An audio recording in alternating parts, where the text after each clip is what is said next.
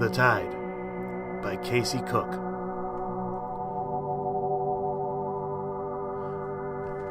The car was small, with faded decals and a dented bumper, and even though the rain was little more than mist, fat droplets collected in a thin gash on its fabric roof and dripped inside. The woman shifted in the driver's seat, trying to keep the rain off her thighs. Slowly, the temperature outside rose. As it did, steam gathered inside her windows, turning the air thick. She pulled at her skirt, now suctioned to her skin, and rolled her window down. Immediately, a rush of wind pushed into the car. It curled up the back of her blouse and pulled at her seatbelt. Strands of her black hair slapped at her face and struck in the corners of her mouth. On the highway, the rain hissed and evaporated under the emerging sun. She took the last exit. It climbed straight up, then made an abrupt turn at the peak. She reached the crest, but the sun, now bloated and bright, blinded her. She tried to find the concrete barrier walls and turned the wheel hard, praying she didn't somehow drive right off and into the sky. She kept her foot steady on the accelerator and, eventually, the ramp sloped down. It narrowed into a one-lane road with water pooled in the fields on either side. She had expected to smell manure, dirt, freshly mowed grass.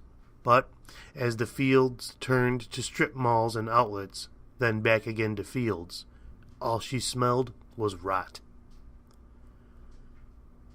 By the time she reached the single-lane bridge, it was night.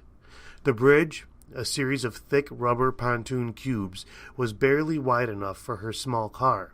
In the dark it was hard to tell where the stagnant rainwater ended and the bay began, and it was impossible to see across to the other side. She slowed down to a crawl, then took a shallow breath and edged the front tires onto the bridge. It gripped back at them, dragging the car off dry land, and the bridge sank, ever so slightly, down into the brackish water. The farther she drove, the darker it became. She could no longer see the waves, but she felt them. Her car lurched with each set as they broke over the bridge and sent spray through her open window. A few drops caught her on the cheek and lips. It was warmer than expected, and tasted scummy, old.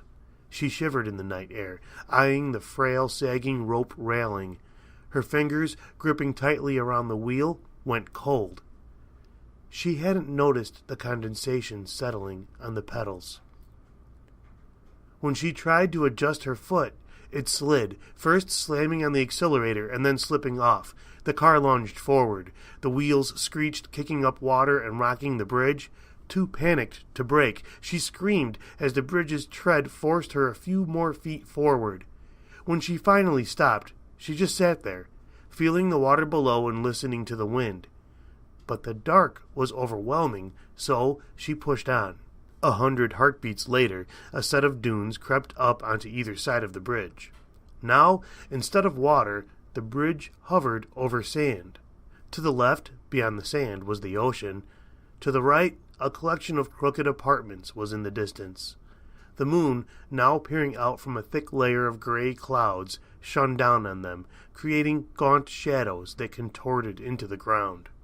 Eventually, the bridge gave way to cracked pavement that curled around the peninsula and left the bay behind. The sun scrabbled up from the horizon, lighting a haphazard string of warehouses and shops. Even though they varied in shape and size, they all looked the same: salt-crusted corners, sand-blasted windows, and blistered paint. Beyond the buildings, in the dim light of an overcast morning, the ocean loomed.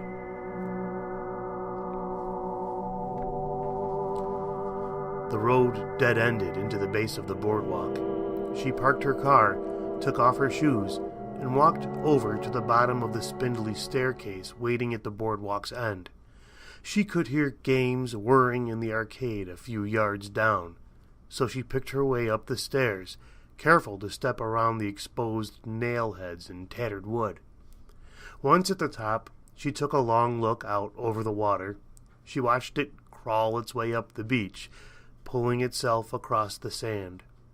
As it released its grip, retreating backwards, she stared out into it, searching, but was unable to see beyond the surface of the waves. She crossed her arms around herself, shivering at a sudden breeze, and turned towards the arcade.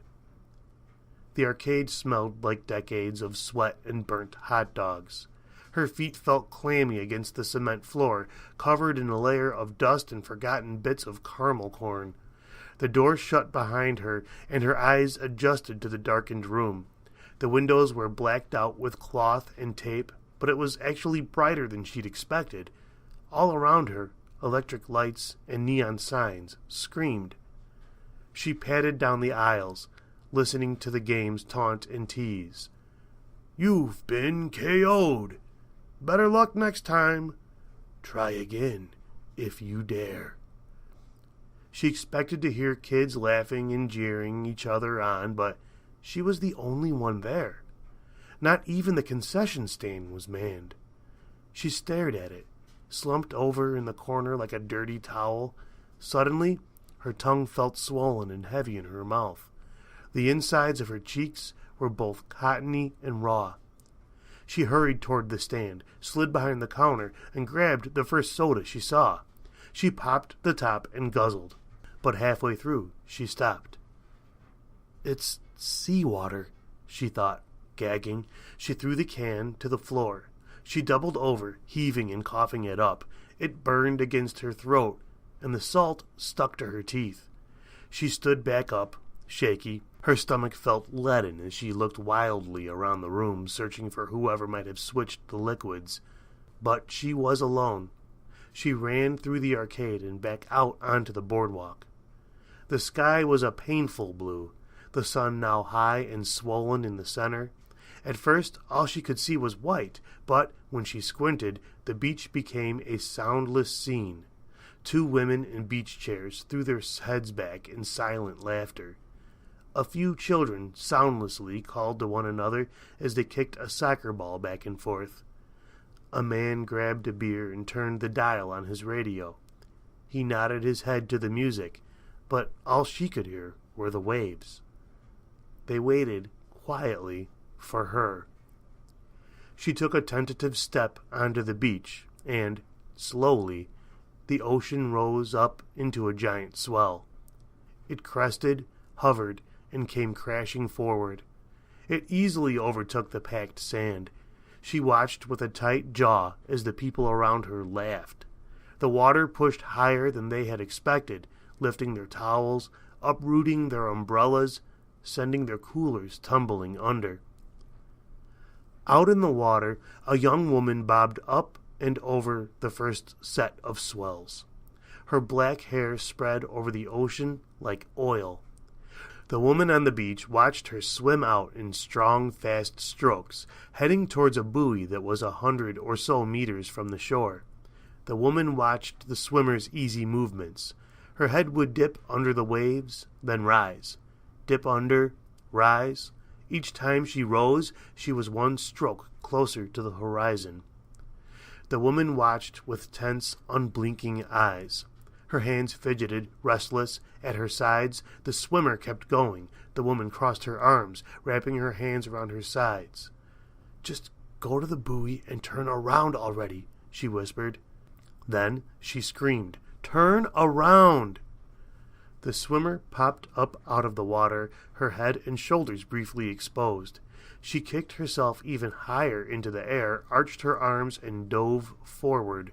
She curved up and skimmed the surface, pushing her lungs as far as they would take her. All the while, a wall of water swelled up in the distance. The woman on the beach watched, hands clenched, as it twisted up in a sharp white crest. The swimmer finally surfaced, only to stare directly into the base of the wave. She couldn't even take a breath before it collapsed on top of her. Reflexively, the woman on the beach held her breath. But, realizing she'd tensed up, she let it all out with a sigh. "She'll be fine," she thought. She closed her eyes. You will be fine. You've just got to give in and let the tide take you. those are the rules. Then it will be over. This all will be finally over, she whispered. When the woman opened her eyes again, the beach was empty, and the ocean was, in that moment, the perfect mirror of a cloud-dappled sky. She smiled at the sudden beauty. Her eyes softened, and her muscles smoothed against the warm breeze. She was standing in that perfect moment after the tide had rushed in, but before it began to recede. It lasted less than a full breath, but it could last forever. That's what they'd told her. They'd promised. But you have to give in, she reminded herself. Let go. As she watched the woman, she tried to ignore the burning that coiled up into her chest, but it singed the edges of her lungs. It was as if the air around her pulled itself back from her mouth. She struggled to keep her breathing slow, and even as she gripped at her neck and collar, her face remained serene. She had to watch. Those were the rules. She had to stay calm. But as she watched the woman thrashing against the waves, it all rushed back. Her memories ripped through her until she screamed. "Fight it!" she screamed. "Fight!" As if on cue, the ocean scrambled forward in one last gasp, crashing over her ankles and shins. She felt it flood through her, sneaking its way under her skin, wrapping around her muscles and bones. From inside, it curled up her calves and thighs, snaking higher into her stomach. It bubbled up her esophagus, metallic and cold. It gurgled in the bottom of her lungs and burned in her nose. She looked up to the sky, knowing they were there. "Fuck you," she sputtered. "And your rules?" The water poured in faster. She doubled over, her chest on her knees. She fell to the sand. Her hands, shaking, searched for something solid to take hold of, but all she found was water. In spite of her rage, her panic, like the ocean, swelled into every part of herself. It dragged her deep beneath the waves and swallowed her whole.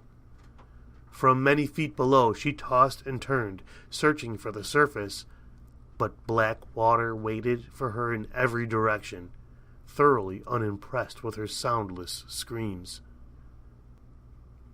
She was driving a small car with faded decals and a dented bumper.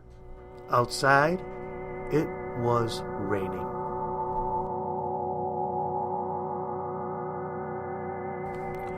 Casey Cooke's fiction has appeared in the Dime Show Review, 365 Tomorrows, The Muse, and 20-something magazine, along with other publications. The music in this episode is by Sealand. You can find more of their work, including their album Dark Days, at sealand.bandcamp.com.